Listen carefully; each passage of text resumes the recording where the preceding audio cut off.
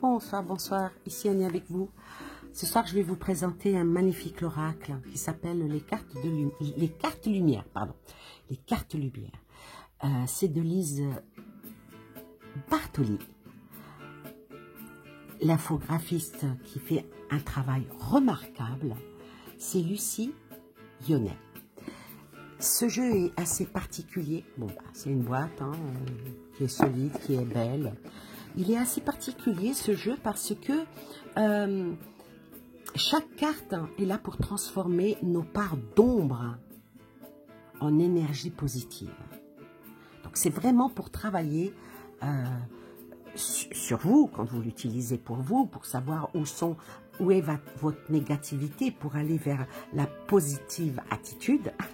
J'adore ce mot. Voilà. Ce qui fait que vous pouvez travailler tas par tas, en cherchant toujours une carte par la signification et quelle est la part d'ombre qu'il faut travailler, comme vous pouvez brasser le jeu et puis laisser, vu que les cartes, les cartes de le dos est uniforme, en tout cas les dorures sont magnifiques, il est très beau.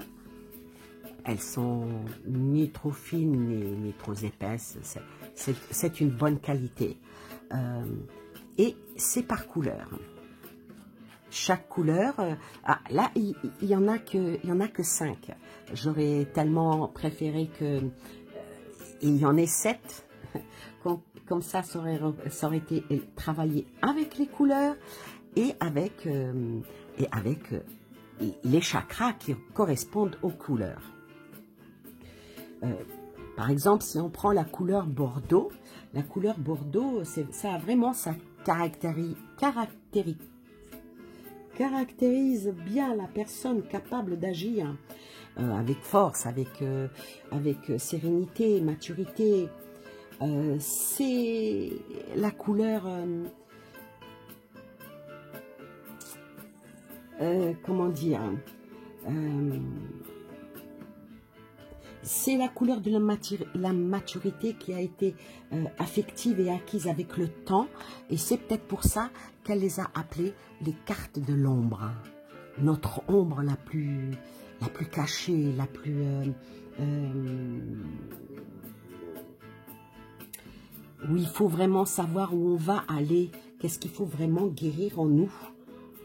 Vous voyez, la première carte déjà, c'est la culpabilité, le coupable, l'exclusion, se sentir exclu, se sentir guerrier, un combattant, se sentir l'infirmière. Est-ce qu'on a besoin de soins ou est-ce qu'il faudrait essayer de se soigner soi-même, se sentir prisonnier, se sentir en osmose avec la religion, se sentir en tant que sentinelle, parce que là, il faut vraiment lâcher prise. Ici, la servante, est-ce qu'on est en servitude ou est-ce qu'on a servi quelqu'un? Est-ce qu'on est trahi ou est-ce qu'on a tendance à trahir? Est-ce qu'on est la victime ou est-ce qu'on a une personne qu'on a sous nos griffes, dont on fait une victime? Il faut toujours dire ce qui m'arrive, mais ce que je peux faire aux autres. Cet oracle, il est tout simplement splendide. Alors, il y a cette partie de l'ombre. Après, elle a choisi cette couleur qui est l'indigo. L'indigo, là, il n'y a pas de problème, c'est le troisième œil, avec les chakras. Et là, vous voyez, regardez, c'est les émotions. Les émotions, faut s'abandonner, probablement de l'angoisse, la colère, la défensive, la dépendance. La dépendance, la honte, la culpabilité, se sentir mal à l'aise, se sentir pointé, se sentir humilié, la honte de ce que l'on fait ou de la honte de ce qu'on nous fait. Oui, c'est ça le problème. Hein. L'indifférence des autres, ou sommes-nous nous-mêmes indifférents à ce qui se passe autour de nous? L'injustice. Sommes-nous en train de commettre une injustice ou sommes-nous victimes d'une injustice? La peur. Avons-nous peur ou est-ce que c'est nous qui terrorisons quelqu'un? La trahison. Dans le même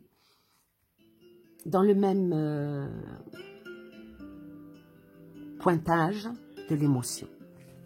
Ensuite, elle a fait dans la couleur orange. Orange ici, ça représente le chakra sacré. Et l'orange, dans la définition des couleurs, c'est la créativité, l'émotion joyeuse. L'orange a trait au partage du bonheur et de la joie. L'orange, les plaisirs émotionnels, la vitalité qui sont liés. Belle couleur l'orange. Et là, eh ben, elle l'a appelée la lumière. Pourquoi la lumière? Parce que il y a l'aigle qui s'envole, l'alchimiste, l'ange, le dauphin, l'éclaireur, l'étoile, la fée, Mercure, la mer universelle, qui est l'image qu'il y a sur le boîtier. Vénus et le vieux sage. Ça, c'est pour la couleur de la lumière.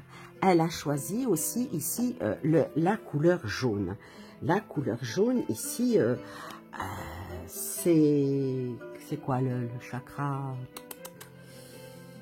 Ah oui, le plexus solaire. On me dirait, bah oui, c'est le jaune, le plexus solaire, n'est-ce pas?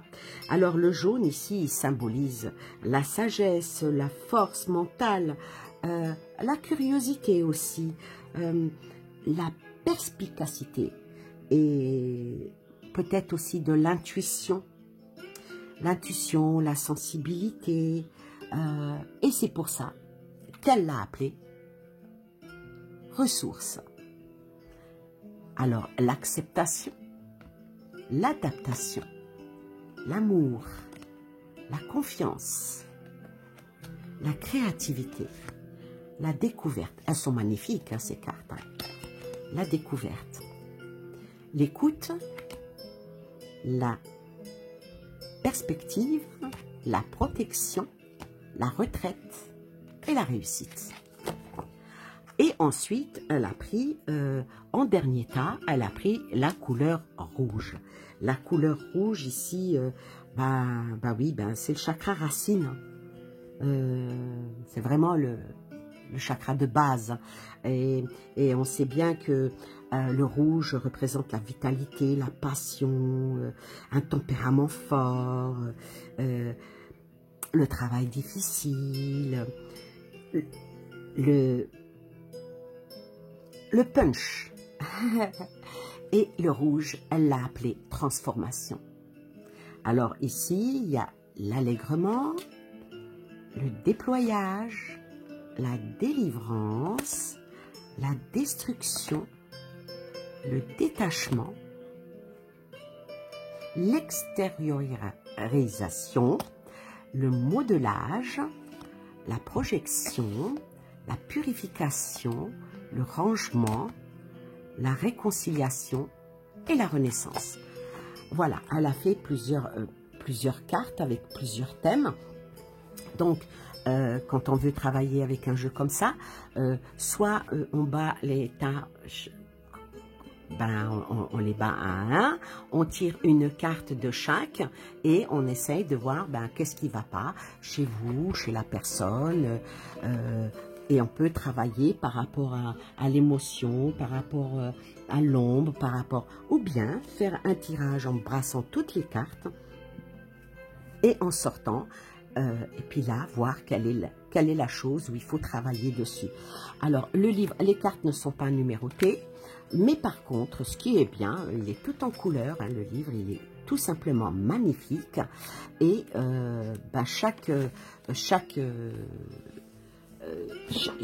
chacune des 12 cartes, voyez là, ça parle des cartes de l'ombre. À chaque carte, à part bien sûr, vous pouvez travailler simplement par intuition. Par exemple, on prend, allez, on va faire un essai.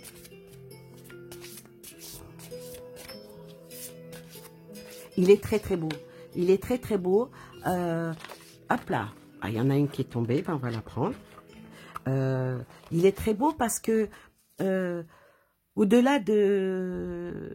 Je pense qu'il est beaucoup plus pour les guidances que pour la voyance proprement dit. Mais si on l'utilise en voyance, il peut être... Alors, il m'est sorti le roi. Alors bon, moi je dis que à la personne s'il y avait une personne en face de moi, je lui dirais, est-ce que tu ne fais pas preuve un petit peu trop d'autorité? Est-ce que tu devrais pas essayer plutôt d'inspirer la confiance? Imaginons que c'est je sais pas moi, un chef d'entreprise.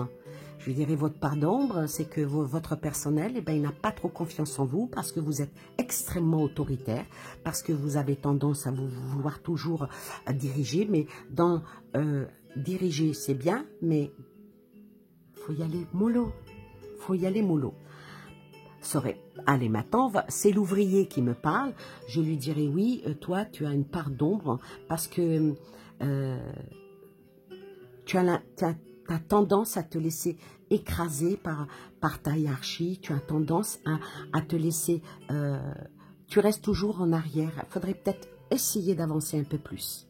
Maintenant, on va voir par rapport à l'auteur, qu'est-ce qu'il dit de cette carte. Alors, c'est le roi, ici.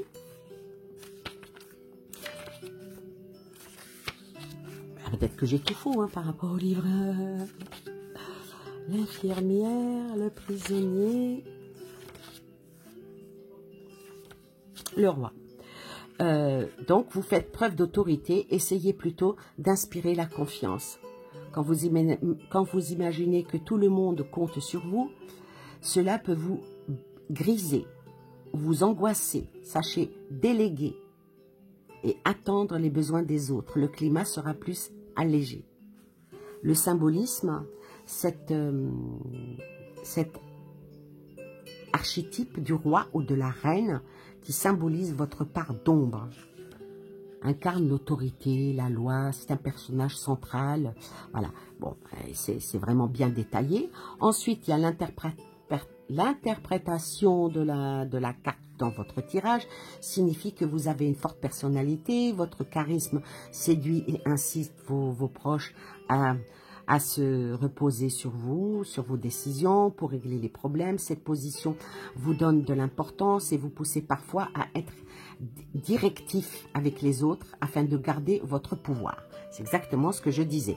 Je disais au chef d'entreprise, il faut y aller mollo, hein, personnel, ça se ménage. Maintenant, quelqu'un qui est ouvrier, on ne peut pas lui dire ça. C'est plutôt le contraire. Il faudrait qu'il essaye de sortir de cette ombre, parce que cette carte s'appelle quand même l'ombre. Ensuite, il y a un petit texte, comment activer la carte pour qu'elle devienne bénéfique. Comment faire pour que cette carte, donc il faut visualiser, imaginer qu'il est seul sur son trône ou entouré de sa cour. Voilà, pour faire travailler le côté ombre. Et après, à la fin, il y a un petit conseil. Si vous avez envie d'un climat plus harmonieux, parlez-en à vos proches. Votre formidable assurance vous permettra également de déléguer tout en gardant une place privilégiée auprès d'eux. Voilà, ça c'est une manière de travailler avec ces cartes et on a ça presque pour tous les thèmes, que ça soit l'émotion, que ça soit la lumière, etc. dans ce livre qui est vraiment, vraiment bien fait, bien écrit, bien clair. Moi qui ne vois pas très bien, ben, j'arrive à lire parce que il est vraiment bien fait. Bravo, bravo, bravo pour ce magnifique, magnifique, magnifique jeu. Bon, je vais faire un petit jeu comme ça avec vous. On va battre les cartes, toutes les cartes.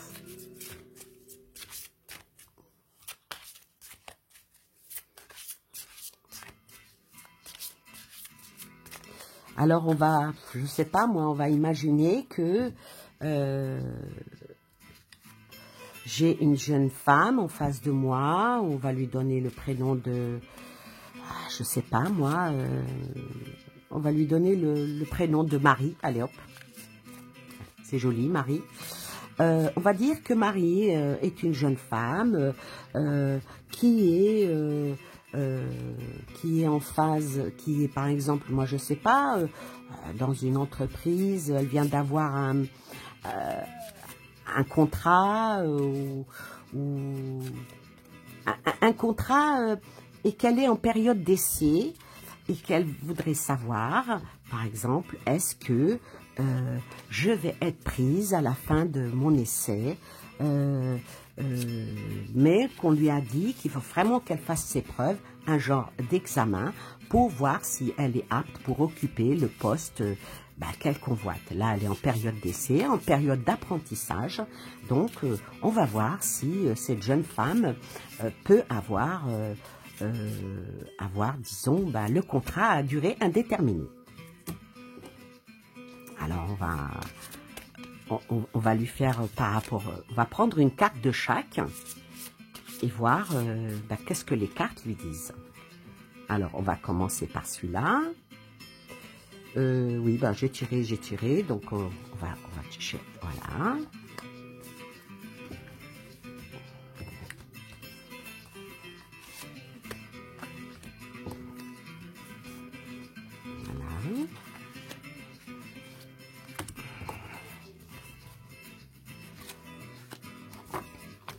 Voilà. Alors en premier, elle a sorti l'ombre.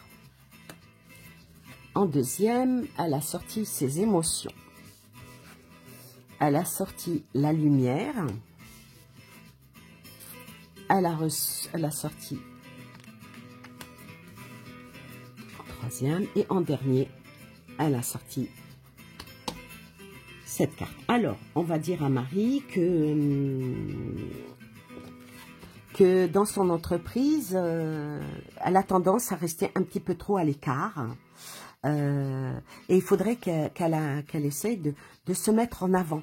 Parce que de trop se mettre en avant, c'est négatif. Mais trop de se mettre en arrière, se laisser en exclusion, c'est aussi négatif.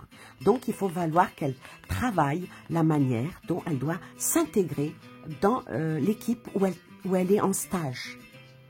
En plus d'apprendre, mais sans être familière, mais au moins faire partie de l'équipe à 100%. Parce que être trop effacé, être introverti, c'est pas bon. Être extraverti non plus. Alors, ce que je viens de dire à Marie, de ne pas être trop introvertie. Pourquoi? Parce que si elle continue à être se mettre en retrait, elle risque de se retrouver dans l'indifférence de tous. Donc, elle risque de faire un blocage à la longue et de dire que Marie n'est pas du tout sociable. Et ce n'est pas bon quand on fait partie d'une équipe. Et la carte ici, elle dit, ne bloquez pas vos sentiments, ouvrez-vous aux autres. Donc, il va falloir que, de temps en temps, elle se mêle aux conversations, surtout quand c'est dans la convivialité et dans la bonne ambiance. Ensuite, je dirais je dirais à Marie, pour que cette carte lumière travaille vraiment bien sur toi, il faut que tu sois assidu dans tout ce que tu fais. Il faut que tu travailles tes modules, que tu travailles tes dossiers, il faut vraiment que tu t'investisses à fond. pour qu'au moment de la notation, il n'y ait pas d'ambiguïté. Et cette carte, elle l'invite vraiment à l'éveil, à s'ouvrir et à être curieuse de tout. Ensuite, à Marie, ça se suit les cartes. Quand elle aura vraiment, elle aura jonglé avec tout ce qu'elle doit faire vu qu'elle doit travailler ses modules, doit travailler les dossiers, les logiciels, elle a un compte-rendu à donner à la fin de l'année, on va dire qu'elle a un stage. Donc, il faut absolument qu'elle se donne à fond avec cette créativité et qu'elle réveille vraiment toute son inspiration, car elle est créatrice de sa propre vie pour faire partie de l'entreprise et être titularisée ou être embauchée à avoir un CDD. Non, un CDI au lieu d'un CDD. Ensuite, ça se termine par le déblayage. Alors là, elle commence par l'ombre et elle termine par la transformation. Et la transformation, son chemin de vie est encombré. Il faut qu'elle arrive à faire un grand nettoyage pour élargir son horizon. Alors, moi, je dirais à cette jeune femme imaginaire que oui, si elle veut vraiment être vraiment dans l'équipe et avoir sa place et être CDIsée, il faut qu'elle prouve qu'elle est quelqu'un de sociable, qu'elle s'est très bien intégrée dans son équipe, qu'elle donne le meilleur d'elle-même, qu'elle apprenne, hein, qu'elle n'ose pas, il ne faut pas qu'elle dise « Ah non, moi je ne sais pas ». Non, non, demandez, il n'y a pas d'âge pour apprendre.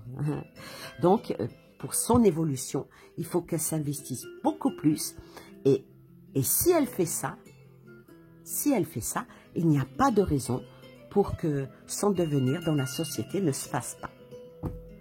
Voilà ce qu'il en est d'une guidance, mais je ne lui dis pas que oui, elle va rester, je ne lui dis pas que non, elle ne peut pas. C'est pour faire, il faut qu'elle travaille sur certains aspects de sa personnalité et de sa manière d'être et d'apprendre pour évoluer.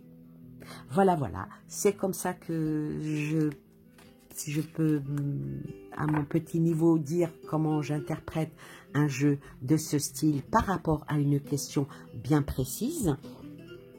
Ça aurait été un côté amoureux. Allez, admettons que Georges vient me voir et me dit j'ai des soupçons sur ma compagne, elle me délaisse, elle m'abandonne, je voudrais bien savoir pourquoi. Ben, je lui dirais écoute, peut-être que c'est toi aussi qui l'exclus un peu de ta vie par rapport à toute l'indifférence que pense que tu as de l'indifférence vis-à-vis d'elle. Il faudrait peut-être que tu te réveilles, et faire mettre du piment dans ta vie avec une nouvelle créativité par rapport aux sentiments. Une plante, vous voyez, une plante, si on ne veut pas qu'elle meure, il faut l'arroser. Et une femme, c'est pas fait que pour cuisiner. Et puis voilà, et des fois, il faut balayer l'ancien pour faire renaître le nouveau.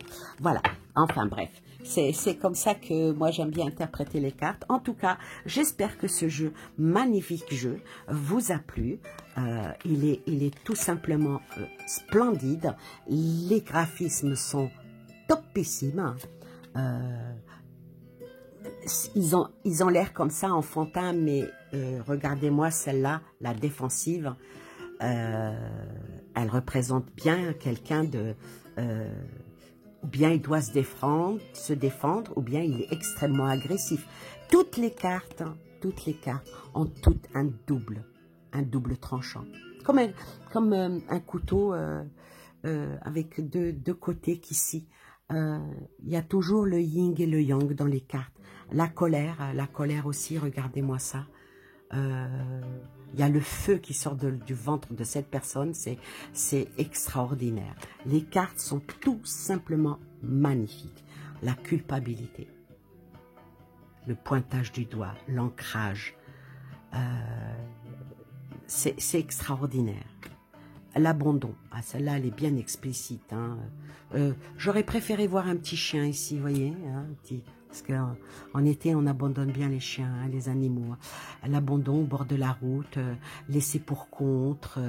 Elles sont magnifiques, ces cartes, tout simplement. Elles sont la peur, elle est waouh, elle est vraiment, on est dans le trou noir, on est submergé par ses émotions, et c'est la carte émotion. Il est tout simplement très très beau. Alors je le conseille moi même aux débutants. Quand on est moins qu'un débutant, on peut l'utiliser à d'autres pour ancrer, pour pointer. Là on va se référer par rapport au graphisme, aux mots-clés, on oublie le côté émotionnel, la lumière, on oublie les couleurs, on peut en faire un jeu vraiment de divination.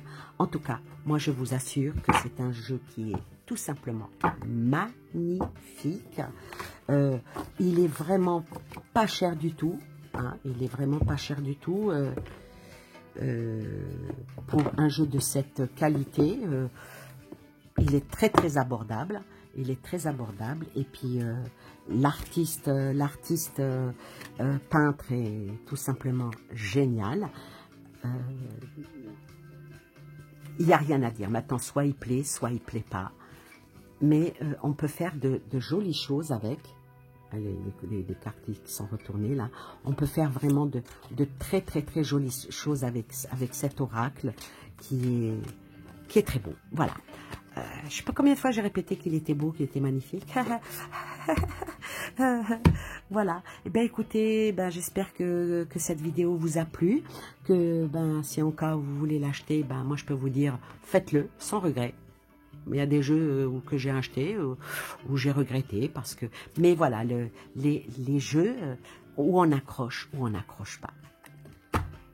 Voilà, sur ce, je vous souhaite une excellente soirée, plein de belles choses à vous et aux vôtres. Je vous fais des gros bisous et je vous dis à bientôt. Bye bye.